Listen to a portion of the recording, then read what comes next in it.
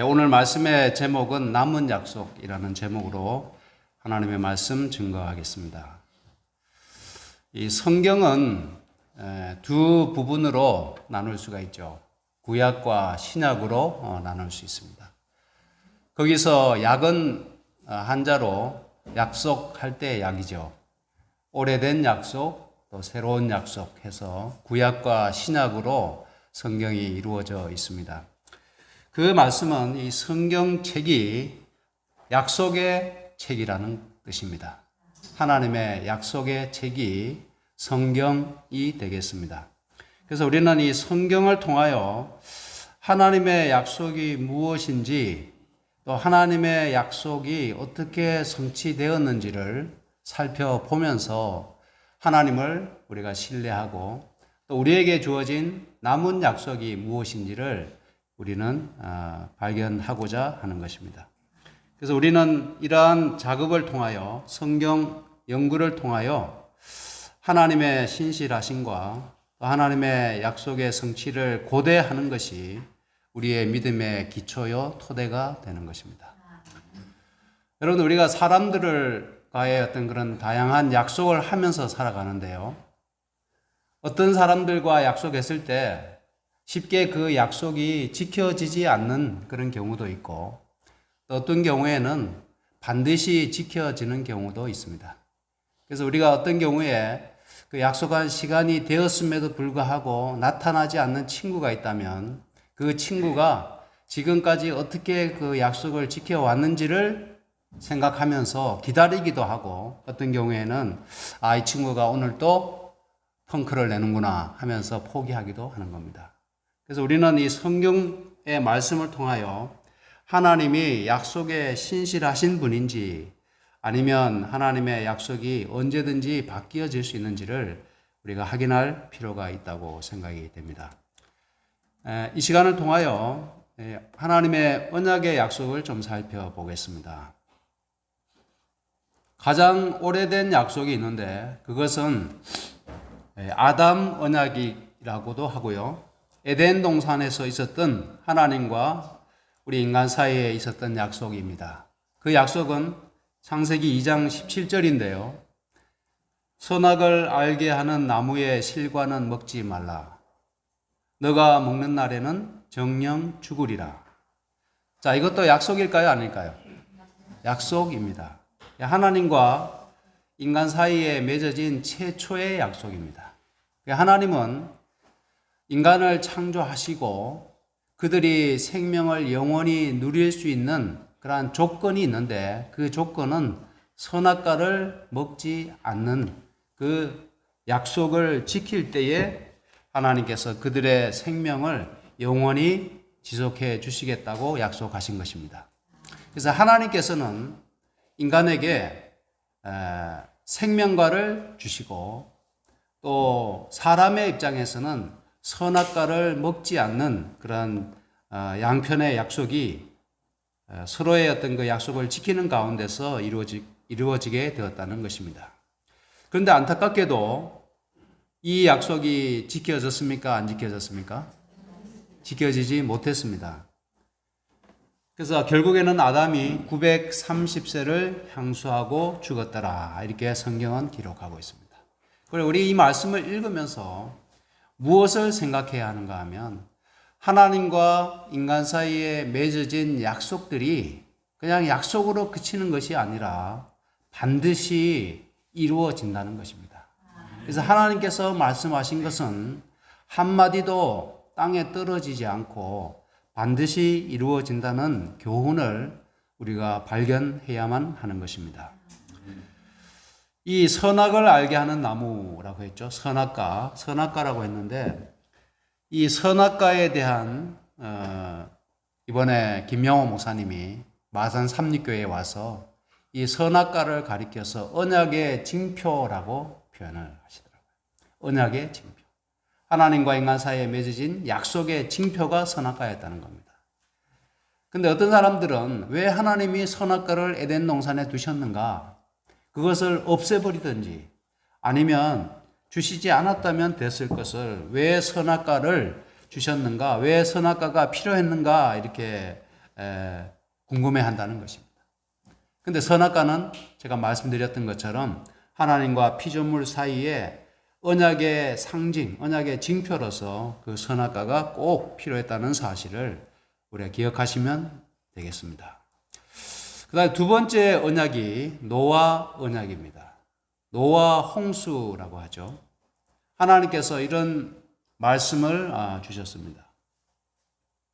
여호와께서 가라사대 나의 신이 영원히 사람과 함께하지 아니하리니 이는 그들이 육체가 됨이라. 하나님은 영이시기 때문에 영적인 존재이기 때문에 인간이 타락해서 육적인 존재로 타락함으로 인해서 하나님이 더 이상 사람과 함께 할 수 없는 상태가 되었다는 겁니다.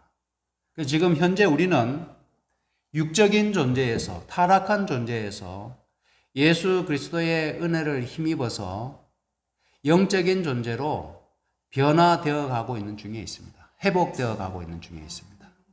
그래서 우리도 지금 육적이냐 영적이냐의 그 싸움 가운데 대쟁투 가운데 우리가 놓여져 있습니다. 그래서 성경에 등장하는 인물들도 하나님의 은혜로 부르심을 입고 그들이 하나님의 사람으로 하나님의 백성으로 살아가는 가운데 결국에는 타락해서 육적인 존재로 전락해서 결국 하나님의 성신이 그에게서 떠나감으로 인해서 그의 인생이 망가진 사람들의 이야기도 많이 있습니다. 또 그러나 끝까지 하나님 편에 붙어 있어서 영적인 존재로 하나님의 성도로 그들의 삶을 마감한 사람들도 있습니다. 그래서 우리는 선택의 매 순간 선택에 직면하게 되는데 영적이냐 육적이냐 그 상황 가운데서 영적인 존재로 영적인 사물들을 사랑하고 그러한 사람들이 되도록 우리가 노력을 해야 되겠습니다.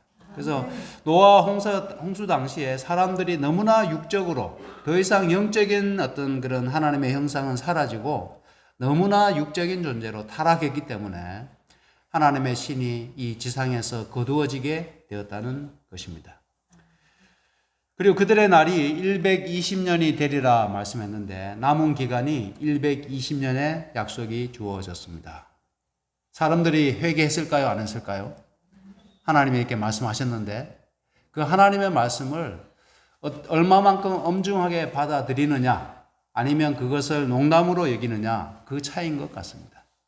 그래서 노아와 노아의 가족들은 하나님의 이 말씀을 매우 심각하게 받아들이고 그 하나님의 말씀이 하나님의 말씀대로 이루어질 것을 믿고 그들은 120년 동안 앞으로 있을 홍수를 위하여 대비하는 삶을 살았습니다. 하나님의 이 말씀을 듣고 노아의 삶이 바뀌었을까요? 바뀌지 않았을까요?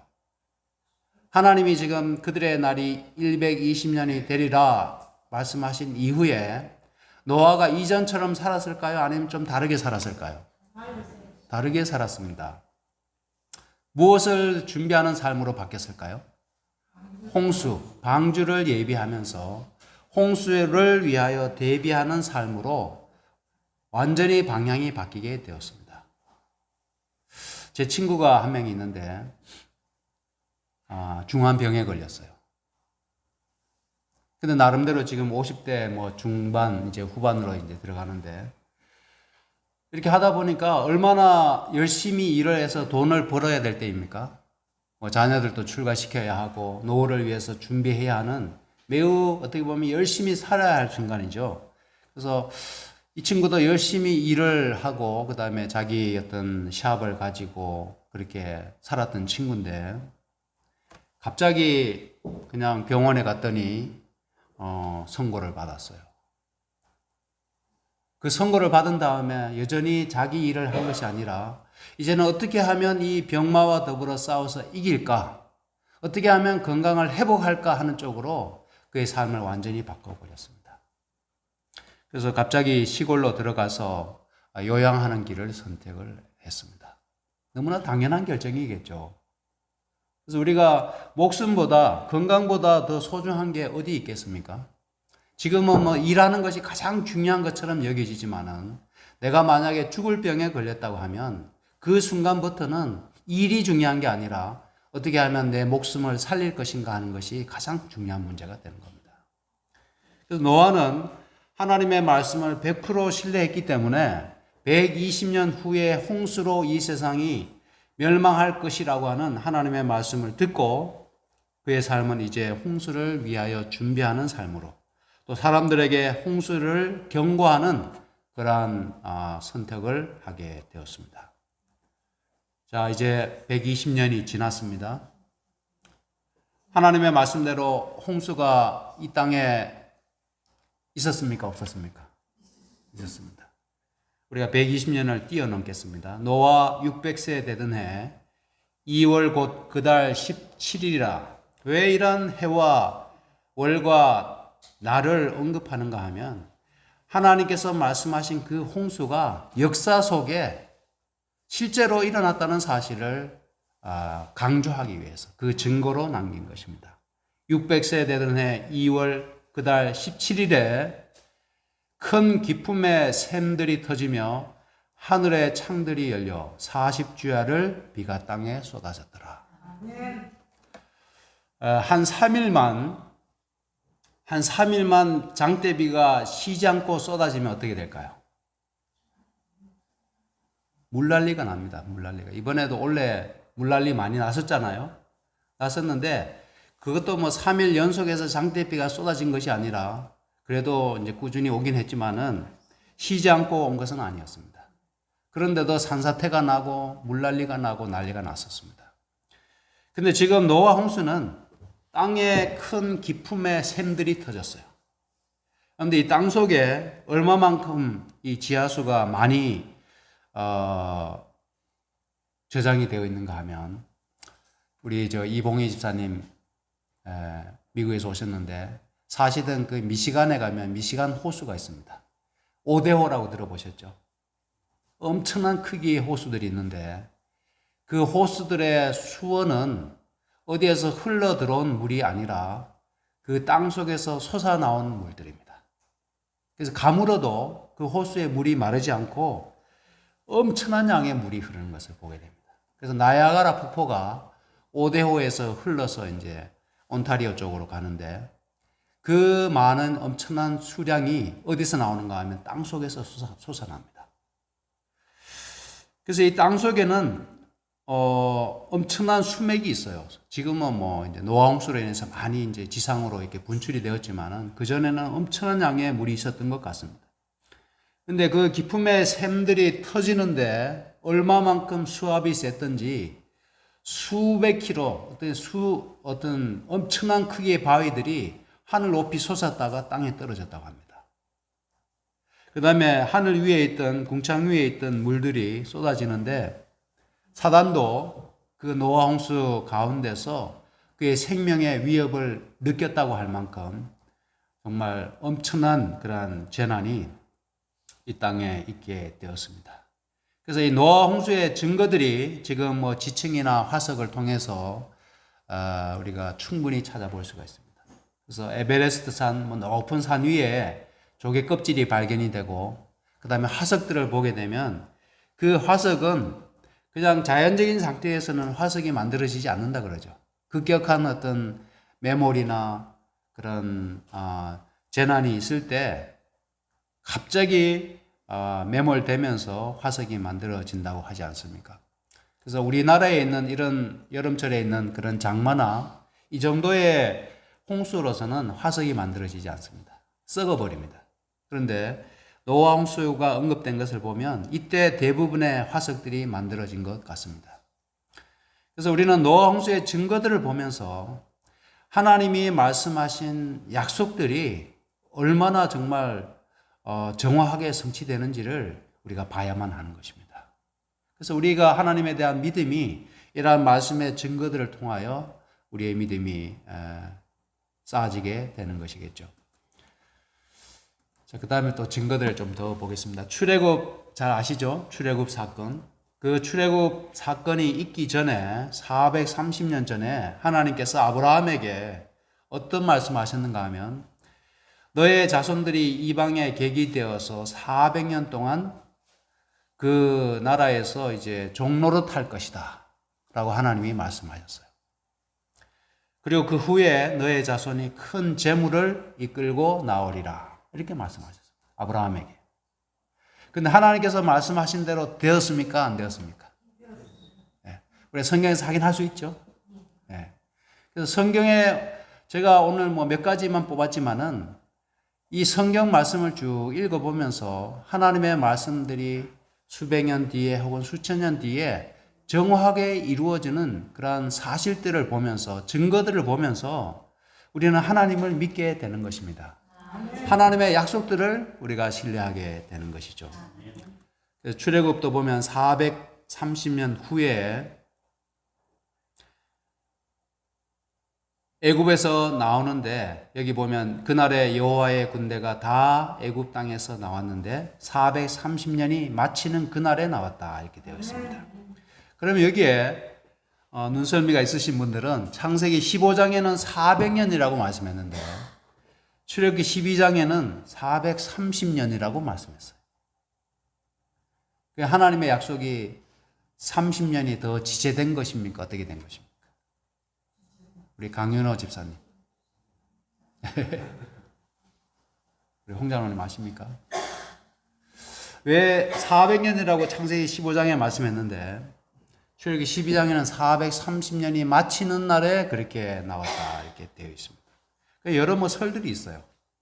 여러 어떤 학설들이 있는데 저는 이 말씀을 400년은 노예 생활을 한 기간이 아닐까. 그 다음에 430년은 처음부터 노예 생활을 한 건 아니지 않습니까? 처음에는 요셉 때문에 그들이 고센 땅에서 대접을 잘 받았잖아요. 그러다가 요셉을 알지 못하는 바로가 등장하면서 본격적으로 이제 탄압이 시작된 거 아닙니까? 그래서 어떤 그런 차이가 있을 수도 있고, 어떤 분들은 이 430년은 아브라함의 언약으로부터 시내산에서 율법 받을 때까지의 기간을 의미하는 것이다. 뭐 이렇게도 설명을 합니다. 어쨌든지 간에 400년이든 430년이든 간에 중요한 것은 뭔가 하면 하나님의 말씀대로 그들이 애굽에서 종살이했고 그 다음에 하나님의 말씀대로 그들이 애굽에서 해방되었다는 사실입니다. 그 역사적인 사건들을 보면서 하나님께서 말씀하신 대로 이 세상 역사가 이루어진다는 사실을 우리는 확신할 수 있습니다. 아수르 바벨론 뉴스인데요. 그들이 애굽에서 나와서 가나안 땅에 들어갔는데 하나님께서 그들에게 신신당부하신 말씀이 있어요. 어떤 말씀을 당부했는가 하면 가나안에 있는 거민들을 너희 앞에서 몰아내지 아니하면 그들이 너희 눈에 가시가 되고 옆구리에 찌르는 것이 되어서 너희를 괴롭게 할 것이고 그렇게 되게 되면 나는 그들에게 행하는 기로 한 것을 너희에게 행하리라. 지금 그들을 이 땅 가나안 땅 거민들을 몰아내는 것처럼 나중에는 내가 너희들을 그 땅에서 토하여 내치겠다. 이렇게 말씀하셨어요.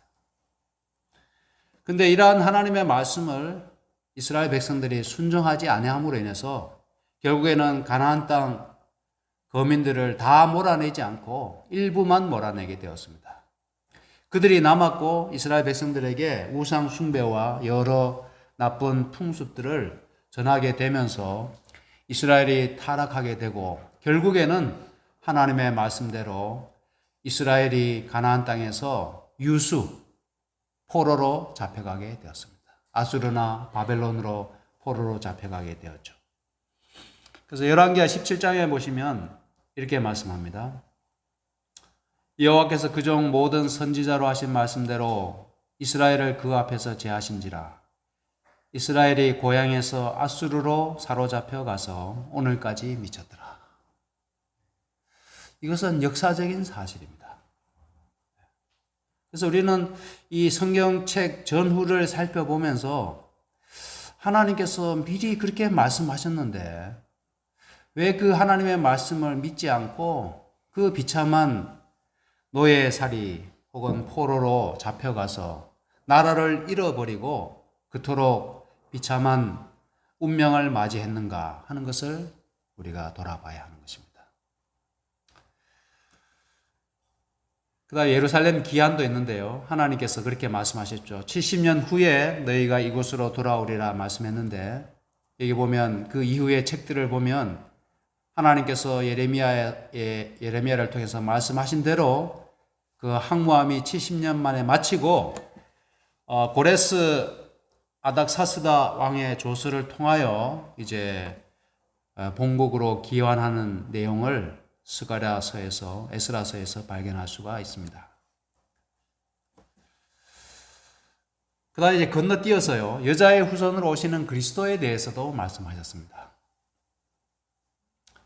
아마 성경에 하나님이 하신 약속 가운데 가장 중요한 약속입니다. 예.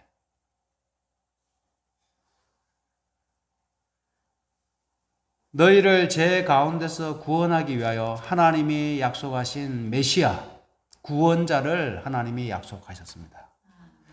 그게 타락한 직후에 하나님이 창세기 3장 15절에 여자의 후손을 통하여 사단 뱀의 머리를 상하게 할 것이고 마침내 구원해 내시겠다고 하시는 약속의 말씀을 하셨습니다. 근데 이 약속의 말씀이 몇 년 뒤에 성취되었는가 하면 거의 4,000년 뒤에 성취가 되었어요. 창세기 3장 15절, 창조 때 말씀하신, 타락 때 말씀하신 그 약속이 몇천 년의 세월이 흘러서 마침내 성취가 되었습니다.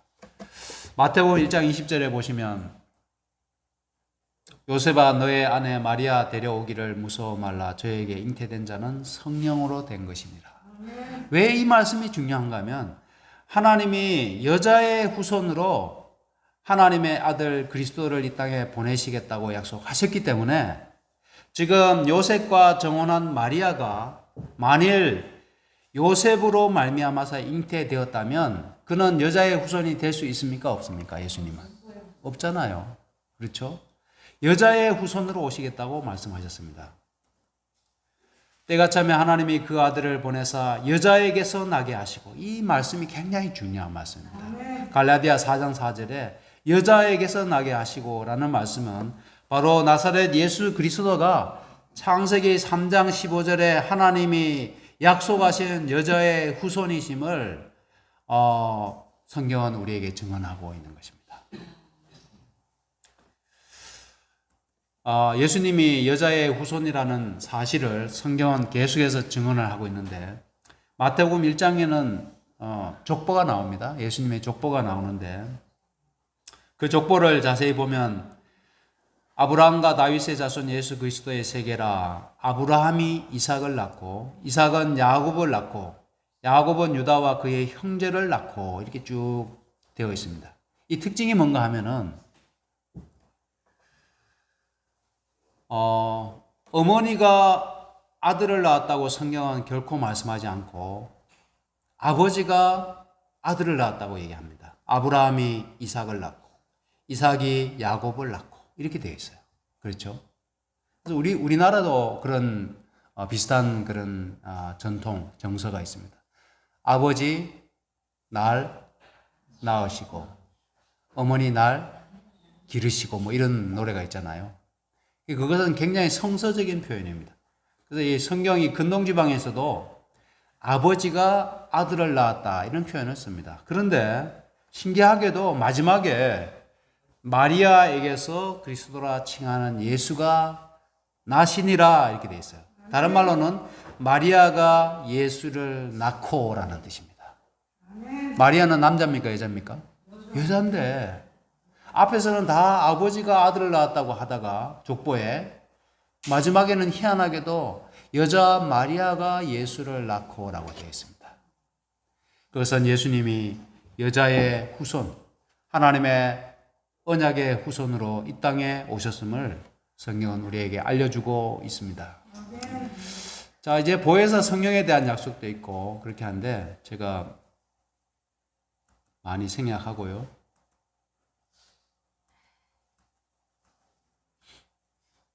이 말세의 징조들을 보겠습니다. 예수님이 이 땅을 떠나가시기 앞서서 이제 제자들이 제자들과 함께 감람산 위에 오르셨습니다. 그리고 예루살렘 성을 내려다 보는 가운데 그 예루살렘 성에 임할 앞으로의 재난을 내다보시면서 예수님이 울고 계셨습니다. 그 제자들이 불안했겠죠. 선생님이 정말 잘 울지 않으시던 분이 우시니까. 그래서 예수님에게 질문을 합니다. 우리에게 이르소서 어느 때에 이런 일이 있겠사오며 주의 임하심과 세상 끝에는 무슨 징조가 있사오리까? 이런 질문을 했습니다. 그랬더니 예수님이 하신 말씀, 오늘 교동문에 읽었던 말씀처럼 민족이 민족을, 나라가 나라를 대적하여 일어나겠고 처처에 기근과 지진이 있으리니 이 모든 것이 재난의 시작이라. 아멘. 예수님이 하신 이 말씀이 우리에게 왜 의미가 있는가 하면 이 말씀이 아직까지 온전히 성취되지 않았고 우리 시대에 이루어지고 있기 때문입니다. 아멘. 우리는 예수님에 관한 믿음을 어떻게 갖고 있는가? 그냥 막연하게 믿고 있는가? 아니면 광신적으로 믿고 있는가? 근거도 없이 믿고 있는가? 무조건 믿고 있는가? 그게 아닙니다. 하나님께서 기록하신 이 증언의 말씀, 약속의 말씀을 통하여 우리는 하나님을 믿고 있습니다. 그래서 우리는 언약의 백성이고 우리는 말씀의 백성입니다. 그 말씀을 통하여 하나님께서 이 땅에 다시 오시기 전에 이 땅에 임할 여러 징조들을 살펴보면서 우리가 주의 오심을 위하여 준비하고 경성하게 되는 것입니다. 요즘 전쟁이 많이 일어나고 있습니다. 지금 러시아, 우크라이나 전쟁이 상당히 오랫동안 지금 계속되고 있는데요. 이러한 전쟁이 끝날 기미가 보이지가 않습니다. 지금 푸틴이 아직까지 건재하고 있어서 이 전쟁이 정말 어떻게 될지 모르겠어요. 핵훈련도 하고 있다고 합니다. 푸틴이. 핵무기 꺼내 들고. 그래서 서방이 계속해서 우크라이나를 지원하면 소형 핵무기까지도 사용할 그런 뜻이 있다는 사실을 서방에게 경고하고 있는데 이 절대 권력을 가진 독재자가 그 한 사람에 의해서 의사결정이 이루어지는 이러한 위험한 시스템 가운데서 핵전쟁이 일어나지 말라는 법이 없습니다. 굉장히 위험한 상황입니다. 우리는 지금 이렇게 살고 있지만은 우리가 조금만 더 어떻게 보면 멀리 내다보고 신중하게 생각한다면 이 상황이 예사롭지 않습니다.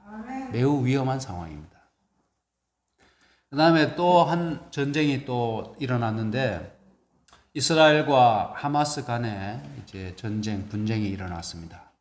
지금 저 가자 지구 보이시죠? 이 가자 지구. 가자 지구에서 이스라엘을 향해서 로켓포마 5,000발인가 6,000발을 쏘면서 시작이 되었는데 이스라엘의 보복이 너무나 이제 강력하고 또 그냥 이번에는 완전히 제거하겠다라고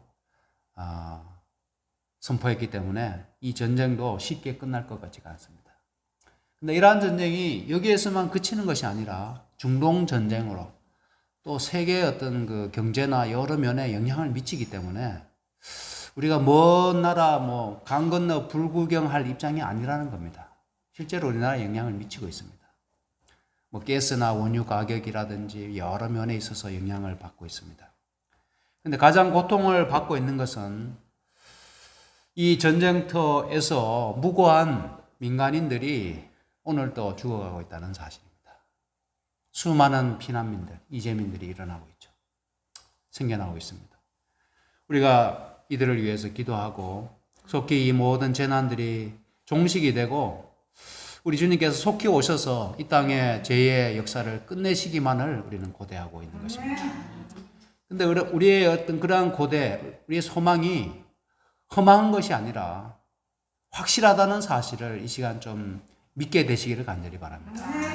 우리 주님께서 이 땅에 오시겠다고 약속하신 그 말씀들이 그냥 허무맹랑한 약속이 아니라 성경의 다른 말씀들을 비추어 볼 때 언약의 역사를 살펴보면서 하나님이 약속하신 것들을 반드시 이루시는 하나님이심을 우리 모두 기억하게 되셨으면 좋겠습니다. 지금 이스라엘의 전쟁의 모습입니다.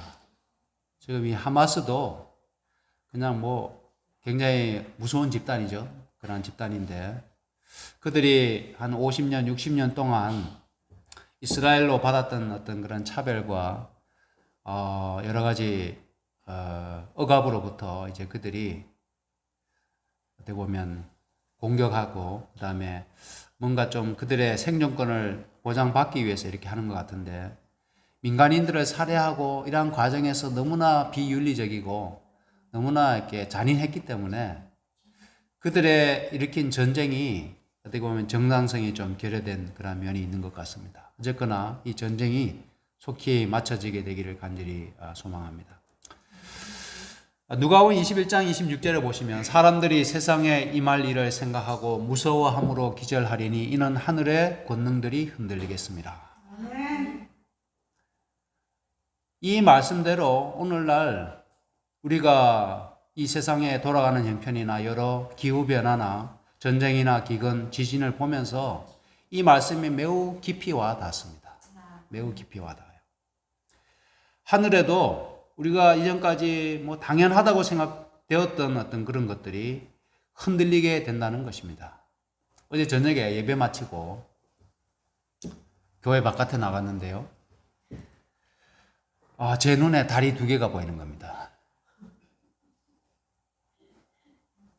그래서 한쪽에 보니까 초생달이 딱 떠 있고 마당에 딱 나갔는데 오른쪽을 보니까 달이 또 있어요. 갑자기 가까이에 달이 2개가 있는 거예요. 그래서 제가 막 우리 장로님들, 집사님들 불러가지고 보신 적 있냐고 이런 광경을 보신 적 있느냐고 이렇게 했더니 반응이 시큰둥 하시는 거예요. 저는 신기해 죽겠는데 저는 달이 2개라서 신기해 죽겠는데 다들 이제 제가 초생달이라고 가리키는 것을 갖다 그냥 별이라고 하면서 밝은 별이라고 이렇게 얘기를 하더라고요. 근데 제 눈에는 달처럼 보이는데 그 찬우가 이제 그래도 명색이 목사가 이제 막 달이라고 우기니까 그 앞에서 아니라고는 얘기 못하고 자기 휴대폰을 딱 꺼내더니 줌을 잡아서 찍는 거예요. 딱 가까이 줌을 당기는 걸 보니까 별이에요. 별. 근데 제가 왜 그것이 달로 보였는가 하면은 제가 이제 이 백내장 수술하면서 인공 각막을 넣었잖아요. 인공 각막을 넣었는데 딱 제 눈에는 그 빛이 그냥 사방으로 퍼지는 게 아니라 동그랗게 퍼지는 거예요. 거기에 나오는 빛이 그래서 초승달 모양의 어떤 그 구 모양이 딱 나오는 겁니다. 사람들이 다 가고 제 혼자 또 쳐다봤어요. 또 쳐다봤는데 제 눈에는 달이에요, 달. 예. 그래서 나중에 이제 박 장로님 그런 얘기 하시더라고요. 요즘 유튜브에 보니까 목성이 보인다 그러더라고요. 우리 눈에. 그리고 반대편에 토성이 보인다는 거예요. 그래서 그게 하여튼 전에 보이지 않던 별이면은 틀림이 없는데 제 눈에는 하여튼 달처럼 그렇게 보였습니다.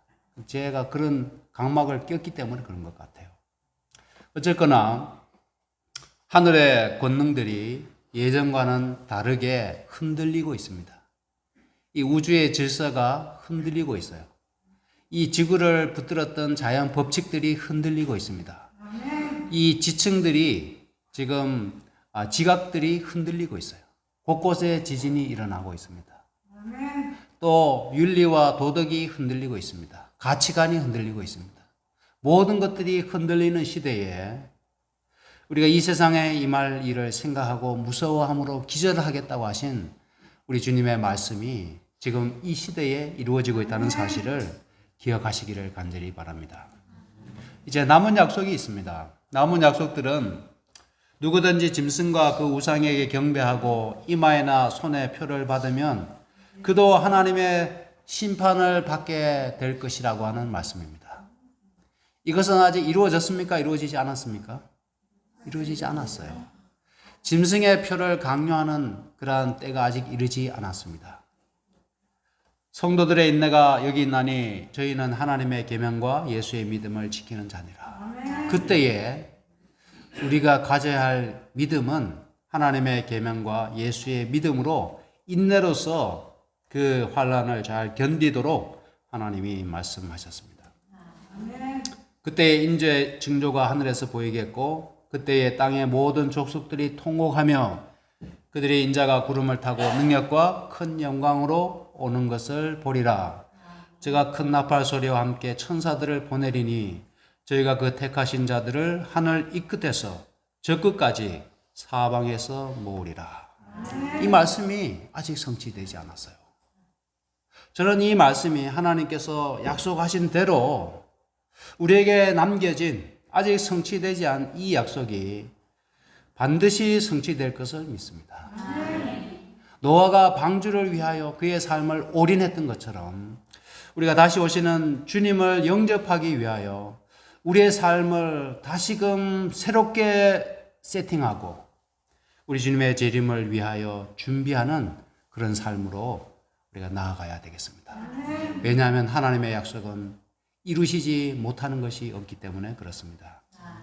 이제 짧게 제가 우리가 어떻게 하면 하나님의 약속을 신뢰할 수 있을지 아브라함의 모본으로 잠깐 말씀드리고 마치겠습니다. 이 아브라함은 믿을 수 없는 중에 하나님의 약속을 믿고 본토 친척 아비 집을 떠났던 인물입니다. 모든 것을 그가 하나님의 약속만을 믿고 하나님의 약속만 붙들고 그의 모든 삶을 뒤로하고 본토 친척 아비 집을 떠나서 하나님이 인도하시는 곳으로 갔던 위대한 믿음의 조상입니다. 그에 대해서 말씀하기를 믿음과 오래 참음으로 말미암아 약속들을 기업으로 받은 자들의 본이 되게 하셨다. 우리는 하나님의 약속을 우리의 기업으로 받은 자들입니다. 하나님의 약속이 우리의 유산이고 우리의 기업이라는 겁니다. 우리가 가지고 있는 돈이나 재물은 순식간에 날아가고 우리가 죽으면 남의 것이 됩니다. 그러나 하나님이 주신 이 약속은 영원한 우리의 기업임을 우리가 기억해야 되겠습니다. 아브라함의 생애가 그것을 증명하고 있어요. 아브라함이 하나님의 약속을 믿었던 이유가 두 가지가 있습니다. 하나는 뭔가 하면 하나님보다 더 큰 이가 없어요. 그래서 하나님은 가장 크신 분이기 때문에 하나님이 약속하신 것을 하나님은 반드시 뭐 하신다는 겁니까? 이루실 수 있고 지키실 수 있는 능력이 있다는 겁니다. 누구도 방해를 못한다는 것이죠. 우리는 뭐 여러 어떤 상황이나 여건 때문에 약속을 해놓고도 지키지 못할 수 있지만은 하나님은 전능하시고 가장 크신 분이기 때문에 하나님이 약속하신 것을 반드시 그분은 지키실 수 있는 힘이 있고 능력이 있으십니다. 아브라함은 그래서 하나님의 약속을 믿었습니다. 또 하나는 여기서 6장 17절에 하나님은 약속을 기업으로 받는 자들에게 그 뜻이 변치 아니함을 충분히 나타내시려고 그 일에 맹세로 보증하셨습니다. 그 말씀은 하나님은 그 뜻을 변개치 아니하시는 분이라는 겁니다. 그래서 하나님은 사람처럼 이익이나 상황에 따라서 이랬다 저랬다 하는 분이 아니라 하나님은 결코 변개치 아니하시는 하나님. 어제나 오늘이나 영원토록 동일하신 하나님이시기 때문에 하나님의 약속을 믿고 아브라함은 순종하며 나아갔다는 것입니다. 그래서 우리 모두도 아브라함처럼 하나님의 약속, 우리에게 아직 이루어지지 아니한 남은 약속을 굳게 믿고 오래 참음으로 믿음으로 그 하나님의 약속의 성취를 기다리시는 여러분과 제가 되기를 간절히 바라면서 말씀을 마치겠습니다.